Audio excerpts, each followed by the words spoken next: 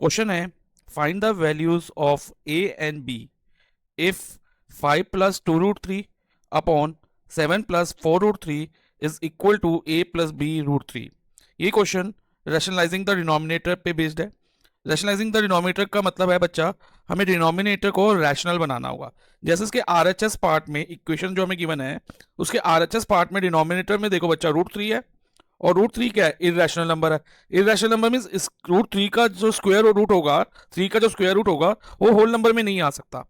तो इसका मतलब जो ये 7 प्लस 4 रूट 3 है ना, ये इरेशनल नंबर है। तो इसको हम रैशनल कैसे बनाएंगे मैं आपको समझाऊंगा। तो पहले हम लिख लेते हैं 5 plus 2 root 3 upon 7 plus 4 root 3। हम डिनोमिनेटर को ऑब्जर्व करेंगे। अगर बच्चा डिनोमिनेटर होगा a प्लस बी के फॉर्म का, तो उसका rationalising factor a minus b form में होगा। और अगर डिनोमिनेटर a माइनस बी की फॉर्म में होगा तो rationalising factor a plus b की फॉर्म में आएगा। तो देखो बच्चा, अब ऑब्जर्व करो डिनोमिनेटर हमारा किस फॉर्म में है?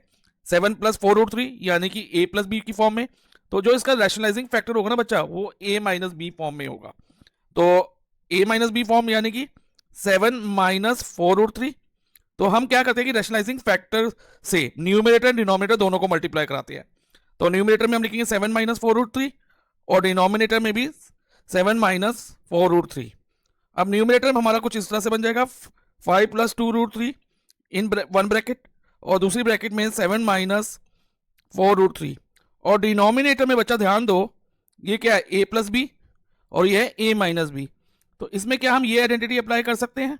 a plus b into a minus b क्या होता है? A square minus b square. तो कर सकते हैं। तो हम ये आइडेंटिटी अप्लाई करेंगे। देखो बच्चा, इधर a की जगह हमें 7 दिख रहा है और b की जगह 4 रूट 3 दिख रहा है। ओके, तो 7 स्क्वायर माइनस 4 रूट 3 का होल स्क्वायर। अब हम पहले न्यूमरेटर को सॉल्व करेंगे। ध्यान से समझना बच्चा, न्यूमरेटर को सॉल्व करने के लिए पहले सबसे पहले 5 को आप 7 से मल्टीप्लाई कराओगे।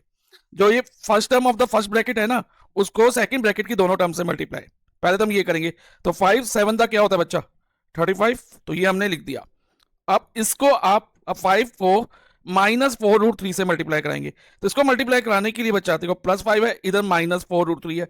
तो प्लस माइनस पहले साइन तो माइनस का आएगा। अब 5 मल्टीप्लाई 4 रूट 3 कैसे करेंगे? ध्यान से समझना बच्चा। 5 4 द 20। ध्यान रखना, जो रूट वाली टर्म को विदाउट रूट वाली टर्म से कभी मल्टीप्लाई मत कराना। तो 5 4 द 20 और इधर रूट 3 आ जाएगा, तो 20 रूट 3। तो 35 माइनस 20 रूट 3। ओके, अब हम second term of first bracket को हम सेकेंड ब्रैकेट की दोनों टर्म से मल्टीप्लाई कराएंगे। लाइक 2 रूट 3 को 7 से करेंगे। अब 2 रूट 3 मल्टीप्लाई बाय 7 होगा। देखो बच्चा, हम 2 और 7 को मल्टीप्लाई करेंगे। 2 7 का क्या होगा? 14 और रूट 3 एज इट इज आ जाएगा। क्योंकि हम रूट 3 को ध्यान रखना 7 से मल्टीप्लाई मत कराना, ना 2 से कराना, क्योंकि रूट वाली टर्म रूट से ही मल्टीप्लाई हो सकती है। तो विदाउट रूट वाली टर्म से हम मल्टीप्लाई नहीं कराएंगे। तो हमारा आंसर होगा 14 रूट 3। तो प्लस 14 रूट 3। और प्लस का साइन क्यों आया बच्चा? क्योंकि प्लस प्लस प्लस होता है। अब 2 रूट 3 इंटू माइनस 4 रूट 3 करना है। तो सबसे पहले प्लस माइनस माइनस। अब देखो बच्चा, 2 रूट 3 इंटू 4 रूट 3 करते हैं तो क्या होगा? अभी मैंने आपको बताया रूट वाली टर्म रूट से मल्टीप्लाई होगी और जो विदाउट रूट वाली है विदाउट रूट से। तो विदाउट रूट में 2 और 4 है, तो 2 4 का क्या हो गया बच्चा? 8। और रूट में क्या है? रूट 3, और दूसरी रूट में भी 3 है। तो रूट 3 इंटू रूट 3 रूट 9 होगा। और रूट 9 को अल्टीमेटली हम क्या लेते हैं? स्क्वायर रूट ऑफ 9 3 होता है, तो सीधा हम 3 लिख देंगे। तो यानी कि याद रखो, रूट 3 इंटू रूट 3 क्या होगा? 3 होगा। तो अगर हम इसको जनरलाइज करें तो root x into root x हमेशा एक्स होगा। यानी कि एक्स की जगह कोई भी नंबर हो, जैसे रूट 2 इंटू रूट 2 हो तो 2। अब जैसे इधर रूट 3 इंटू रूट 3 था तो 3 हो गया। और 8 3 था क्या होगा बच्चा? 24। तो इधर आ जाएगा हमारा 24 अपॉन में 7 का स्क्वायर तो 49 होगा। अब देखो बच्चा, 4 रूट 3 का मतलब क्या है? 4 रूट 3 मल्टीप्लाई 4 रूट 3। तो मैंने बताया विदाउट रूट वाली टर्म विदाउट रूट से मल्टीप्लाई होंगी। 4 मल्टीप्लाई 4 16। और रूट 3 मल्टीप्लाई रूट 3 क्या होगा बच्चा? अभी मैंने बताया था 3 होगा। जैसे root x into root x को हम एक्स लिखते हैं, तो रूट 3 इंटू रूट 3 को हम 3 लिखेंगे। तो 16 3 था 48। ओके, अब देखो बच्चा, इसमें लाइक टर्म्स कलेक्ट करनी है। 35 और माइनस 24 एक साथ आ जाएंगे। तो 35 माइनस 24 एक साथ लिख दिया हमने। और माइनस 20 रूट 3 प्लस 14 रूट 3 को एक साथ ले लो, ये दोनों टर्म भी। ओके, अब अपॉन में क्या होगा? 49 माइनस 48 1 होगा। ओके, अब ध्यान से आगे समझना बच्चा।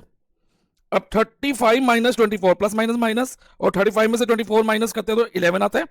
ओके, अब इधर ध्यान देना बच्चा, माइनस प्लस माइनस होगा, तो अब हम माइनस किसे करेंगे, √3 को कभी भी बेटा, रूट वाली टर्म को कभी प्लस या माइनस नहीं कर सकते, तो इसको आप ऐसे समझो, अगर हमारे पास -20x है प्लस 14x है, तो हम x को तो प्लस माइनस नहीं करते, हम किसको करते हैं, जो उसके आगे कॉफिशिएंट होते हैं उनको। तो माइनस प्लस माइनस 20 माइनस 14 क्या होता है बच्चा, 6, तो ये -6x होता है। तो उसी तरह से बच्चा इधर x की जगह √3 है, तो हम √3 को प्लस माइनस नहीं करेंगे, हम इसके आगे वाले नंबर को करेंगे बच्चा। तो ध्यान दो, आगे क्या है, इधर -20 और प्लस 14, अब माइनस प्लस माइनस 20 माइनस 14 6, तो यहां पर आ जाएगा -6√3 अपॉन में 1 है, ठीक है, अपॉन में 1 है, तो अगर हम 1 ना भी लगाएं तो चलेगा, क्योंकि any number divided by 1 same number होता है, तो हम ये 1 हटा देंगे और इसको इज इक्वल टू किसके लेंगे, a प्लस बी √3, क्योंकि LHS को हम RHS के इक्वल लिखेंगे, तो ये हो जाएगा a प्लस बी √3। अब अगर हम कंपेयर करें बच्चा, तो ध्यान दो, a की जगह क्या है 11, तो a इज इक्वल टू 11 हो जाएगा, और -6√3 किसके इक्वल होगा, प्लस बी √3 के, तो हम लिखेंगे b √3 इज इक्वल टू -6√3। तो कंपेयर करके अब देखो बच्चा, √3 कट हो गया, तो b इज इक्वल टू क्या आया, -6, तो हमारा आंसर हुआ a is equal to 11 and b is equal to -6।